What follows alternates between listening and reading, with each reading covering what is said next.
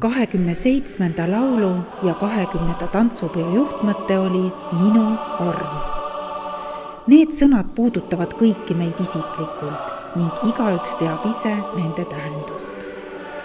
Liidia Koidula sulest sai neist otse kui ajatu hümn Isamaa armastusele, mis on rahvast rasketel aegadel ühendanud oma maad hoidma ning aina uueks looma.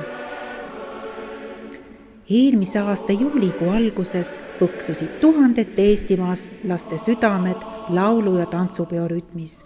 Uhkelt kõnniti peorongkäigus, Valgamaa kolonn oli eriti pilku püüdav. Valgamaa kolonni kujunduse autor on kunstnik Esti Kittus.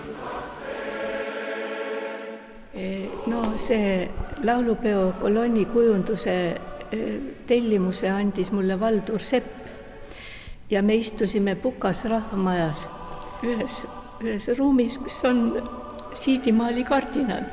Ja seal koosolekul oli rahvast veel ja need ütlesid, et no vaata, et tee sellised nagu need kardinad. Mina mõtlesin, et no miks ka mitte. Ja see tähendab, et tuli teha siis kavandid akvarellidega. Ta annabki mulje nagu siidimaalid oleks, sest akvarellitehnika on väga omane siidimaalile. Ja nii, et ma olen tulemusega ise väga rahul. Ja pärast rongkäigus sain ka väga head tagasisidet. Ja nüüd siin Valgas on nad nii ilusti üles riputatud, et on väga uhke vaadata. Ja siis, et mida siis maalida, siis hakkasin talvel juba materjali koguma, mida maalida. Ja alustasin Otepää Maarja kirikust, kus õnnistati sinimustvalge lipp ja mis siis sinna Otepääle veel kuulub, Pühajärv muidugi ja suusatajad.